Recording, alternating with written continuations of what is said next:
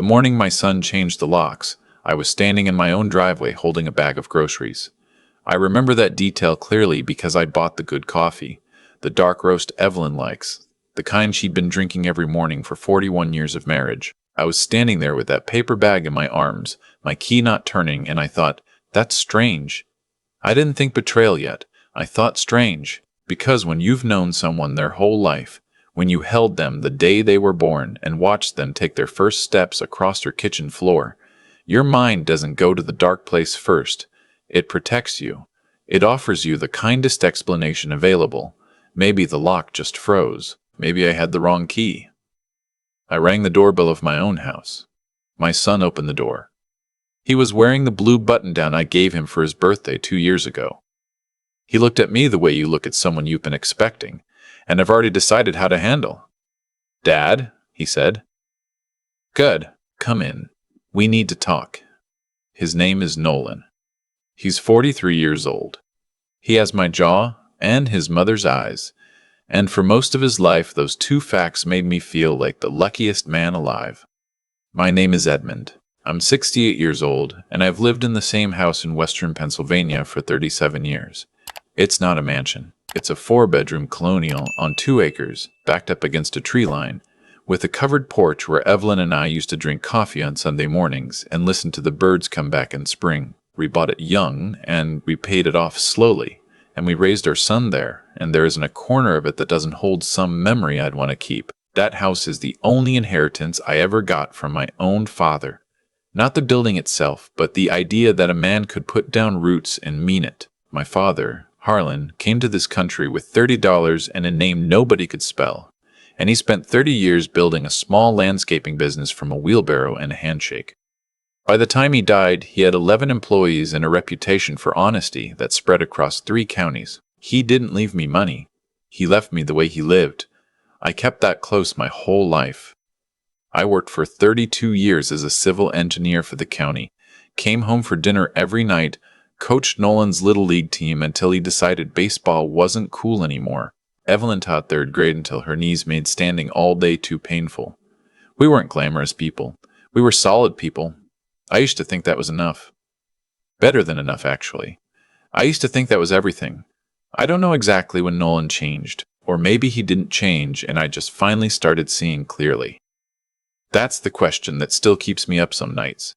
Was there something in him I refused to look at? Or did the years and the money and the woman he married pull something out of him that was always dormant, waiting? He met Kristine 8 years ago at some conference in Pittsburgh. She came from money, old, quiet money, the kind that never talks about itself, but always knows exactly how much everything costs. She wasn't unkind to us at first. She was polite in that particular way that's really just controlled distance. She never said anything wrong. She just never said anything warm. After the wedding, the visits got shorter. The phone calls more transactional. He'd call on birthdays, and sometimes not at all. And when I mentioned it to Evelyn, she'd say, "Give him time. He's building his life. That's what children do." And I believed her because I wanted to. Then Evelyn got sick. It started with fatigue, the kind she kept dismissing as getting older, and then a diagnosis that hit us like a door slamming shut. Not fatal, I want to be clear about that, but serious enough that she needed medication, monitoring, and rest. Her immune system had turned on itself in the way bodies sometimes do without warning or reason. There were good months and bad ones. During the bad ones, she couldn't get out of bed before noon. Nolan came to visit more after the diagnosis. That should have been the first sign I read correctly and didn't. He started asking questions about the house. Innocent at first. "What do you think it would appraise at now? Have you updated the will? Do you have everything in order, Dad? Because you know how these things go." I answered honestly, because I didn't hear what was underneath the questions. I told him the house had been appraised at $420,000 3 years ago, probably more now. I told him our will was straightforward, everything to each other, and then to him. He nodded like a man filing information. Kristine started coming to every visit. She walked through the rooms like she was already measuring them. The morning he changed the locks, I should back up. The morning he tried to. That conversation in the living room lasted 2 hours. Nolan sat across from me with a folder in his lap. Actual paperwork, like he'd prepared a presentation. Kristine sat beside him, not saying much. Her legs crossed, her expression the same controlled neutral it always was. Evelyn was upstairs resting. I was grateful for that later. He started with concern. That's always how it starts, I've come to understand. Dad, I'm worried about you too. The house is too big. Mom's condition is unpredictable. What if something happens and you can't manage it? Kristine and I have been talking, and we think it makes more sense for us to move in here and take over the property management. And the two of you could move somewhere more manageable. I let him finish. I've always believed in letting people say their whole piece. Then I asked him what he meant by manageable. He had a brochure, a retirement community 40 minutes away, nice photographs, smiling older people in sweaters. He slid it across the coffee table the way you slide something towards someone you've already decided to convince. I looked at the brochure. I looked at my son. I said, Nolan, this house belongs to your mother and me, and we're not leaving it. That was when his face changed. Not dramatically. Nolan doesn't do dramatic. It was subtle. A kind of flattening, the warmth going out of his eyes the way heat leaves a room when a window opens in winter. I was hoping you'd be reasonable about this, he said. I told him I was being very reasonable. I told him to take his folder and his brochure and come back when he wanted to have a different kind of conversation. He left. Kristine didn't say goodbye. 3 days later, I came home from the grocery store, and my key didn't work. I won't pretend the next part was calm. I rang my own doorbell, and Nolan let me in, and I stood in my own living room while he explained that he'd had a locksmith come, for our protection, he said, and that he and Kristine had moved some of their things into the master bedroom because they were concerned about our ability to manage the property, and they felt it was time to take a more active role. I'm 68 years old, and I've spent my adult life being the person who stays steady in a crisis. I've delivered bad news to neighbors who lost jobs because of county budget cuts. I've sat with my wife through medical appointments that felt like the floor dropping out. I know how to stay still when everything in me wants to move. But standing in my own living room, listening to my son tell me he changed my locks and moved himself into my bedroom, I felt something I can only describe as the ground becoming unreliable. I asked where Evelyn was. He said she was resting comfortably. She'd agreed to everything. Everything was fine. Something in the way he said it made me take the stairs 2 at a time. Evelyn was in the guest room. She had not agreed to anything. She had woken up from a nap to find Kristine moving her toiletries out of the master bath, and had been told there'd been a family decision made. She was sitting on the edge of the guest bed, looking at me with an expression I'd never seen on her face before, and hoped never to see again. She looked young, suddenly. She looked like a person who had just learned something terrible and hadn't caught up to it yet. I went back downstairs. Nolan was in the kitchen. Kristine was not in sight. I told him clearly and without raising my voice that this was not legal, that he did not have authority over this property, that if he did not restore our access to our home, I would contact an attorney tonight. He looked at me for a moment, and then he said something I have turned over in my mind 100 times since. He said, Dad, you're not in a position to fight this. I've already talked to a lawyer. Then he opened the basement door. He gestured toward the stairs the way you gestured toward something that's already been decided. I think you two should take some time down there to calm down, he said. Just for tonight, until you're willing to be rational. I want you to understand, in that moment, I was not afraid of my son. I was afraid of what it meant that he was capable of doing this. Those are very different fears. The basement of our house is unfinished. Concrete floor, exposed joists, the old furnace, the water heater, some shelving units along the east wall where I keep tools and holiday decorations. There's one high window, ground level, too small to climb through. No bathroom. No interior light switch on the inside of the door. Evelyn came down the stairs behind me because he went upstairs and told her to. I heard them talking to the ceiling, her voice asking something, his voice low and final, her footsteps on the stairs, the door closing, the bolt driving home. She stood at the bottom of the stairs in the dark, and I couldn't see her face, but I heard her breathing, shallow and quick, the kind of breathing that precedes panic. I said, Ev, come here. She found my hand in the dark. I said, I need you to listen to me. I need you not to be scared. She said, Edmund, we're locked in our own basement. I said, I know, and I need you to trust me. Because there's something I have to show you that I should have told you about years ago. I'm sorry it took this to do it." Her hand tightened in mine. I moved along the east wall by memory. I know that basement the way I know my own hands. I built those shelves. I poured the concrete patch by the furnace in 1998. I know where the floor dips slightly near the drain and where the ceiling is lower above the old workbench. I moved along the wall until I reached the shelving unit at the far corner. And I reached behind it to the place where I'd always known it was, and I found the emergency flashlight I'd mounted there in 2003 and never mentioned to anyone. It lit on the first press. Evelyn laughed, just barely, the kind of laugh that lives on the edge of tears. I held the light up. I looked at my wife, her gray hair, her face still beautiful after 41 years, her eyes tired and frightened and still. Underneath it all, trusting me, I felt something crack open in my chest and I didn't let it. "Come here," I said again. "I need to show you the wall."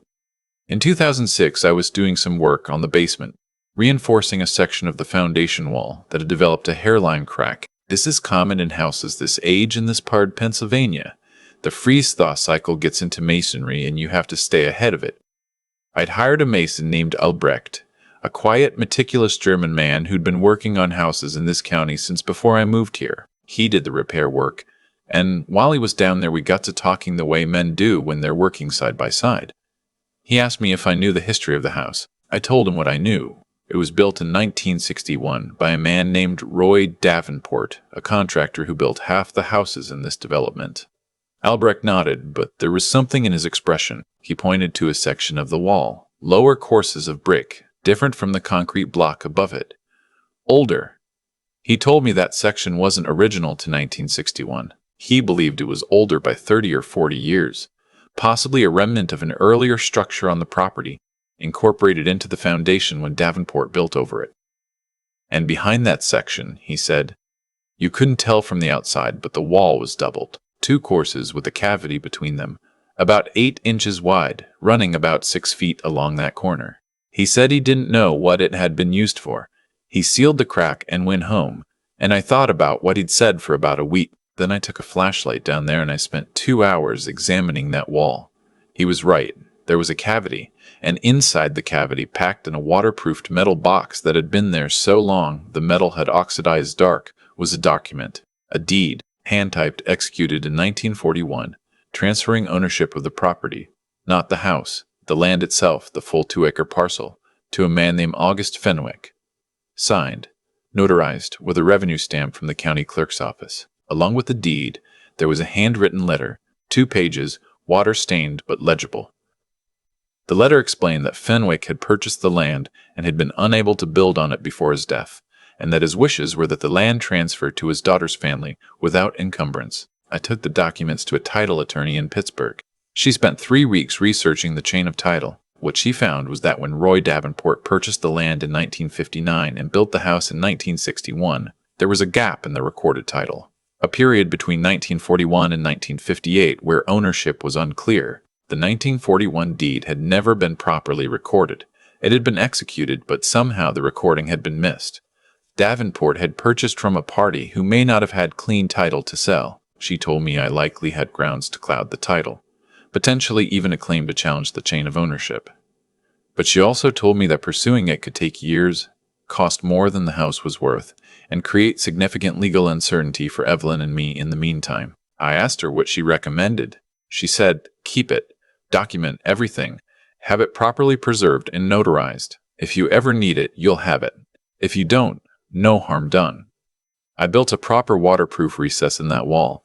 I installed a pull-out brick on the lower left corner of that older section, something that looked original to the casual eye but wasn't. I put the documents, now properly photocopied, the originals preserved in archival sleeves, behind that brick, along with the attorney's research letter and a sealed envelope with instructions.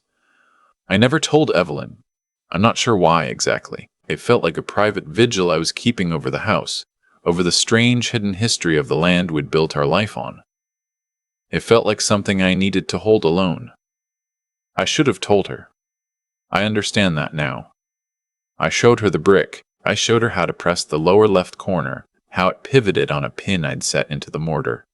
She watched with the particular focused attention she's always brought to things that surprise her. The documents were there, exactly where I'd left them. I sat with her on the concrete floor with the flashlight propped between us, and I told her everything. August Fenwick, the gap in the title, the attorney in Pittsburgh, all of it. She listened without interrupting, which is not her usual way. When I finished, she was quiet for a moment. Then she said, "So Nolan doesn't actually know if he can take this house." I said, "His lawyer doesn't know this exists. Nobody does except me and now you." She looked at the document in her hands. Then she looked at me. "Edmund," she said, "tomorrow morning I want you to call the best real estate attorney in Pittsburgh." I told her I already knew who I'd call. We were in that basement for 9 hours. I won't pretend it was easy.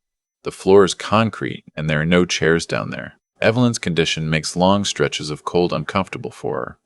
We sat on folded moving blankets I found on the shelving unit, and I kept my arm around her, and at some point in the early hours, she slept against my shoulder. I did not sleep. I sat in the dark with the flashlight off to save the battery, and I listened to the house above me, Nolan and Kristine moving around, the television, eventually silence, and I thought about my father. Harlan would have been angry in a way I couldn't afford to be. He had a temper built for a different era, the kind that believed in direct confrontation and immediate consequences.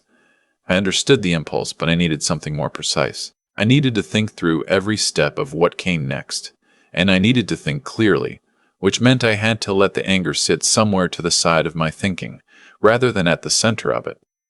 I thought about the attorney.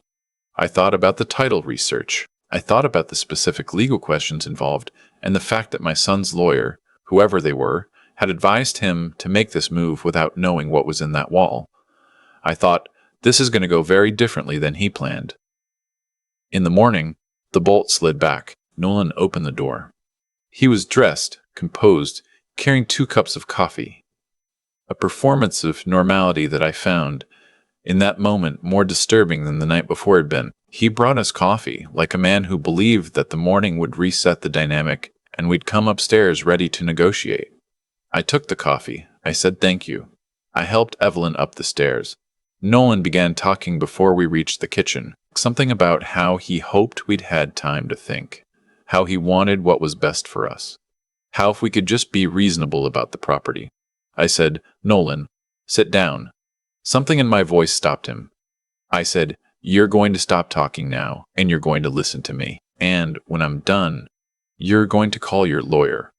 And your lawyer is going to have a very interesting morning." I won't walk through every detail of what followed because some of it is still, as of the time I'm telling you this, working through the legal system, and my attorney has counseled me on what I should and shouldn't say publicly. What I can tell you is this: the title issue is real. My Pittsburgh attorney, her name is Miriam, and she is the sharpest person I've sat across a table from in my professional life. Confirmed within 48 hours that the chain of title question is substantial enough to constitute a genuine legal cloud. This does not mean Evelyn and I lose the house. It means the opposite. It means that any attempt to transfer, claim, or encumber this property hits an immediate legal obstacle that my son's attorney was entirely unprepared for. Nolan and Kristine left our house that afternoon. They did not go graciously. There was a conversation I won't describe in detail because Evelyn was in the room and she's been through enough. What I'll tell you is that Nolan said things to me that afternoon that I've had to make my peace with. The kind of things that can't be unsaid, and that change permanently what a relationship can be. I called the police non-emergency line that evening.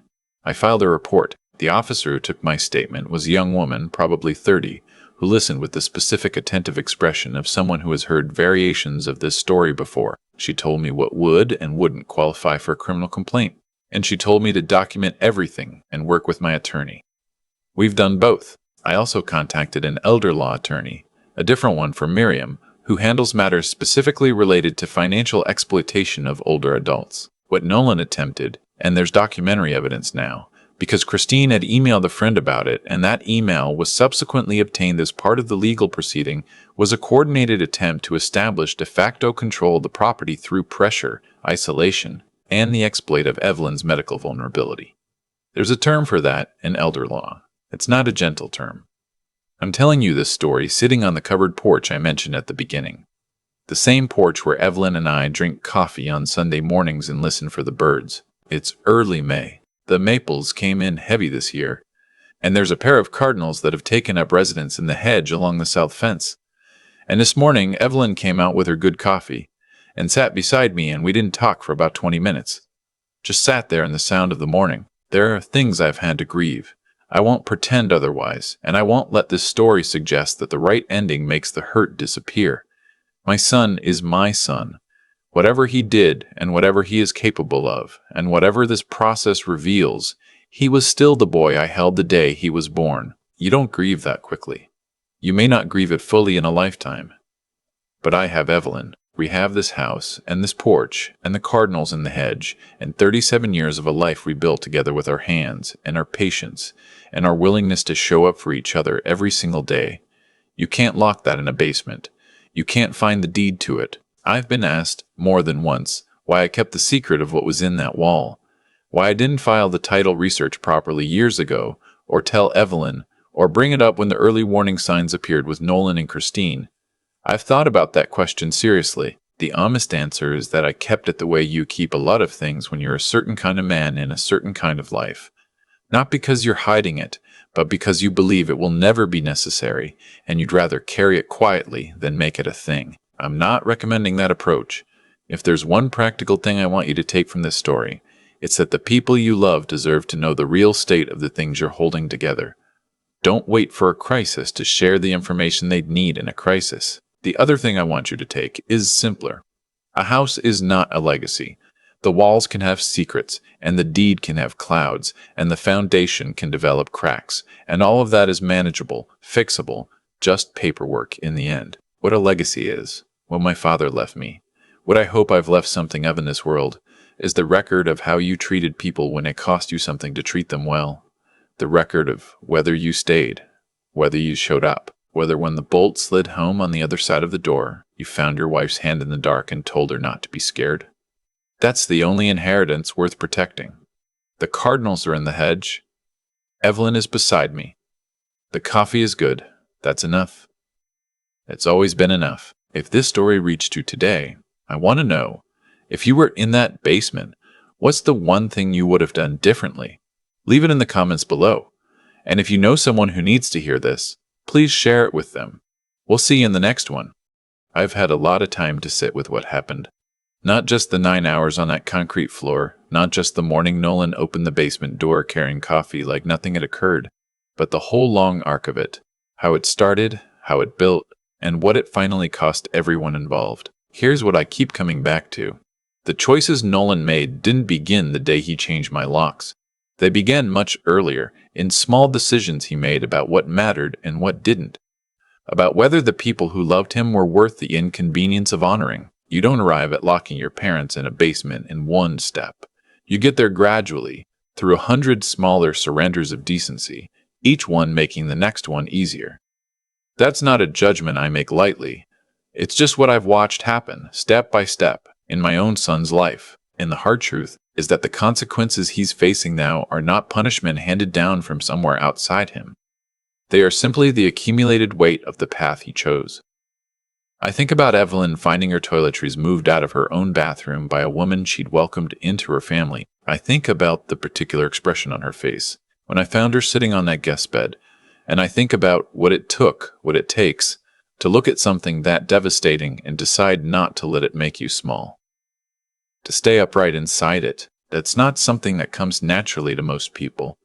It's something you build, slowly, through years of deciding over and over that you're going to meet difficulty with clarity instead of collapse.